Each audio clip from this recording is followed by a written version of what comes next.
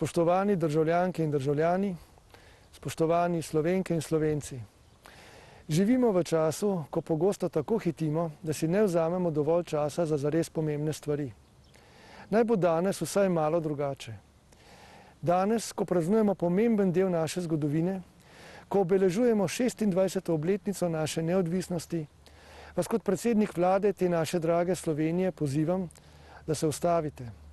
Vzemite si čas in pomislite na vse lepe trenutke naše skupne prehojene poti.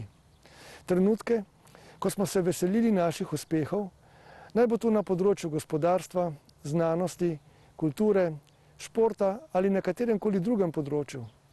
Ko smo bili prepoznani kot izjemni, kot takšni, kakršni tudi zares smo. Postojimo torej vsi skupaj in se v mislih vrnimo v našo polpreteklo zgodovino. Začutimo ponovno vznesenost, ki je prežemana Slovenijo 25. junija 1991, ko smo pogumno in ponosno celemu svetu razglasili svojo samostojnost in neodvisnost. Kot mlada država smo že takrat pokazali naš neverjeten potencial in na to tako hitro napredovali, da smo že leta 2004 postali del velike evropske družine. Z njo si prizadevamo za mir, svobodo in druge demokratične vrednote. Prizadevamo si tudi za večje blagostanje, za solidarnost in varnost. Te vrednote se danes marsikomu zdijo samoumevne, toda v resnici si moramo zanje prizadevati prav vsak dan.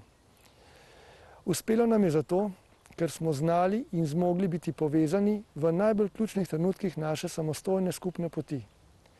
Po njej zdaj odločno in optimistično stopamo naprej. Stopimo v prihodnost, ki jo bomo povezani z roko v roki gradili za vse nas. Drug ob drugemu, drug za drugega.